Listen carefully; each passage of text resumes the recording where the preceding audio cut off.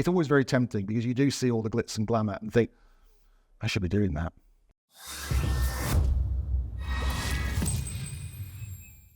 Okay, so we're talking about the market update, where the market's at, where it's been, where it's headed. There's surely the numbers, on a national level at least, totally support what you were saying this time last year, which is that the market would cool, but it would be a crash. That prices might correct, but they won't drop, at least in these areas. So everything you said this time last year has panned out. Has there been any changes to who's buying? Not really. We had a summer last year, we had a lot of Americans in the market and Canadians, and then it went a little bit quiet, and then they've come back again this summer. And I think that's because when they come over to Europe, they treat it as a big vacation. So they need a couple of weeks at least. So that's when they come, is in the summer months generally. So we were very busy again with our North American friends in the summer of 2023, as we were last year.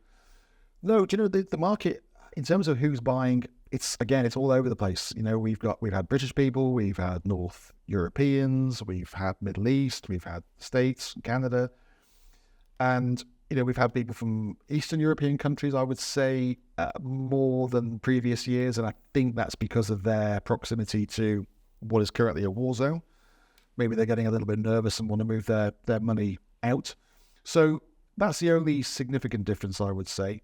But I mentioned in the other video that, you know, we've had a really good year. So yes, you're right. You know, the last 2 years were very strong. And I think 2021 and probably part of 2022, we were still satisfying that pent-up post-COVID demand of people who wanted to change their lives after COVID and could work from home and wanted a bigger place. And they wanted that bigger place in the sun.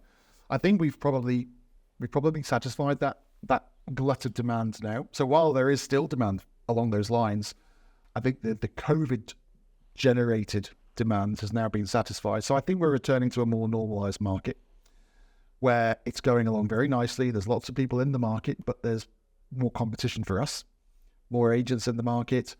So it probably feels a little more painful for the agents, but there's still a good flow of clients. Our lead flow is, it's down a little bit, but the quality of our clients is up. I think this will be the first year where we have lead flow with an average budget of over €1 million.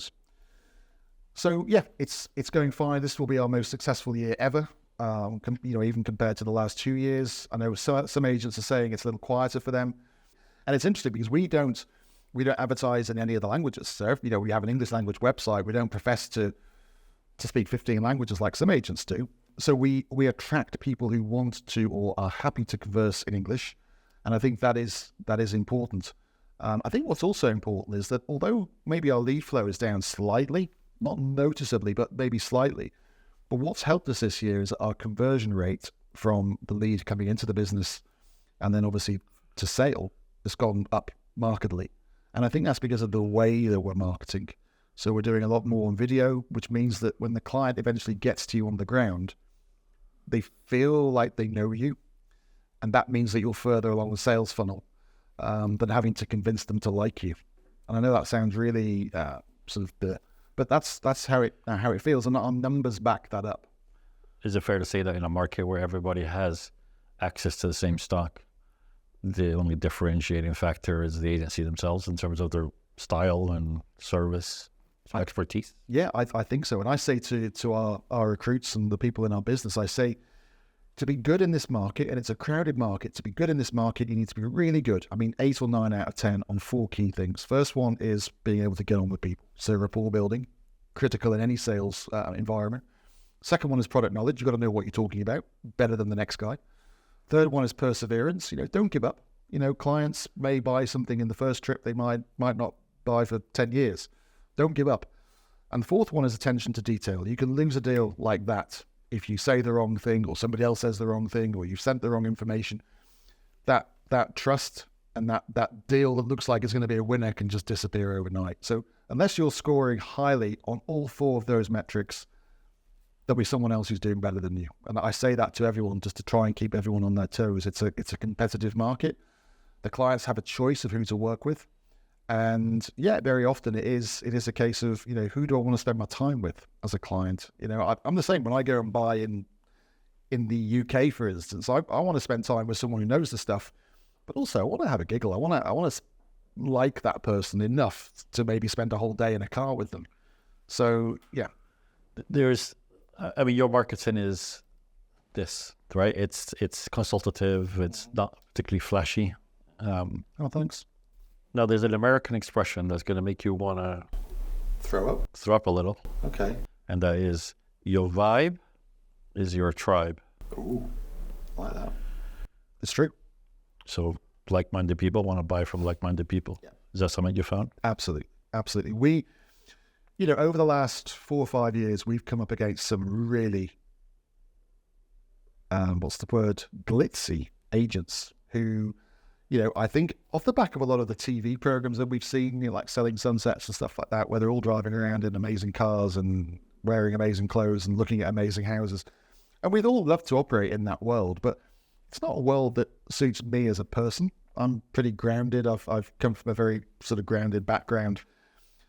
And I think that there is a tribe for those agents who want that. They want to be taken to a house in a Lamborghini and get a helicopter to lunch and stuff. That's great, fantastic. But that's not our tribe, and it never has been, and it probably never will be. I think what we appeal to is people who want common sense advice, who, yes, we take our business very seriously, but we also, we enjoy our lives and we have other interests. But I think that, people who want that fancy dance stuff, no, it's probably you coming to the wrong place. And the reason we don't, anyone can produce a video with a Lamborghini and a nice villa and some nice clothes.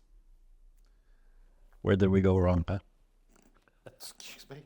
But we are not trying to become ICI. We're not, building a business on that scale. We don't have to appeal to many people to grab a fair share of the market. And I think what we do quite well is that we position ourselves in a space that some of the client base will want to be in. And we try and work with those people as effectively as we possibly can. It's always very tempting because you do see all the glitz and glamour and think, I should be doing that. I should be jumping out of a speedboat in my Speedos. Maybe not. If you're in a space that's very high end, if that market quietens down, you've got nowhere else to go, kind of thing. And I've seen that recently. I think the high end of the market is a little quieter than it has been the last couple of years because that glut of demand since COVID has been satisfied. So yeah, there are big spending clients out there for sure, but not as many, I don't think, as the last couple of years. We're not seeing as many, we've sold this 10 million euro villa, we've sold this 15 million euro villa, blah, blah, blah, blah, which used to be every week, didn't it? And now it's kind of like, sorry, where are you? And if you're in that position in the market and you've got all those costs of marketing those types of properties, 6 months without selling one and you're going to feel it. In particularly the last post-COVID, I would say, there has been an explosion in what I suppose you would call the super prime market here, which isn't traditionally a large piece of, certainly not in transaction volume, of what the market Marbella is. Marbella is high end for sure, with some splatterings of super prime. But I think what you were referring to a minute ago, those like 10 plus million, 8 plus million even, hasn't historically been the bread and butter of the high-end market here. The high-end market here, would it be right to say, is typically 2 and a bit, up to 5, that sort of range. Do you see that because of all the publicity Marbella has had internationally, branded residences, etc., it has raised it so that we are now on a higher average as for good? Or do you think it's just a post-COVID thing and it's just going to go back down? No, I think it's there to stay. I think that Marbella has sort of reinvented itself as a destination rather than just a holiday home kind of place. So it's become probably the only place in Europe, if you want a 5-star lifestyle all year round, it's become the place to go. There used to be a competition, didn't there, between Marbella and Saint-Tropez. Saint-Tropez is beautiful and it still attracts a clientele, but Marbella is racing away with it at the moment. And I think because of that, prices have risen. As you say, it's created a new kind of super prime price range.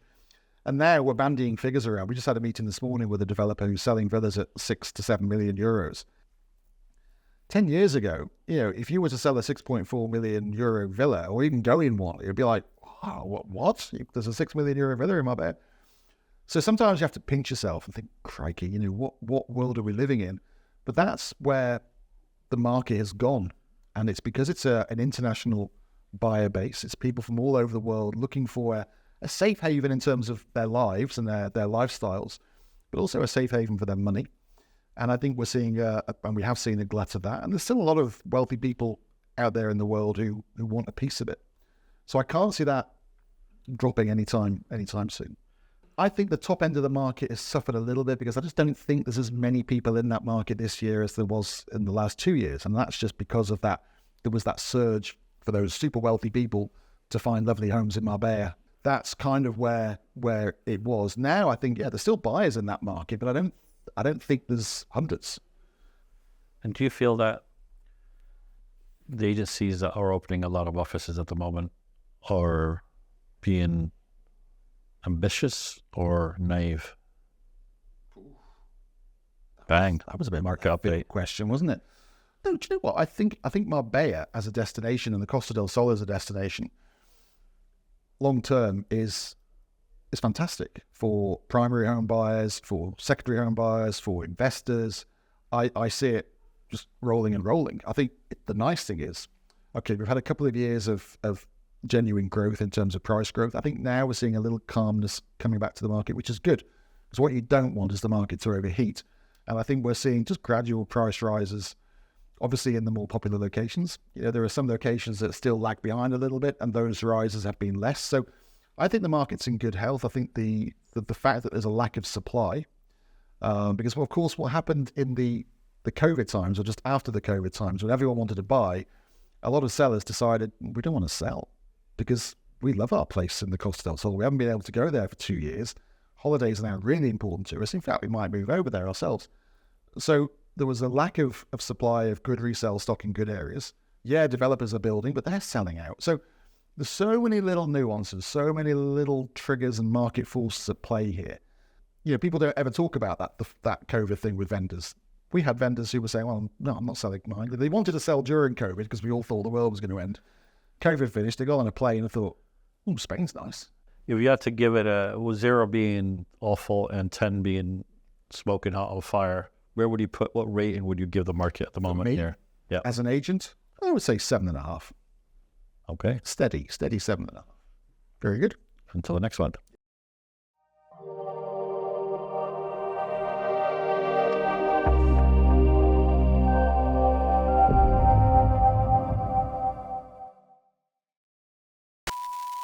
The reason why we're doing this video is to announce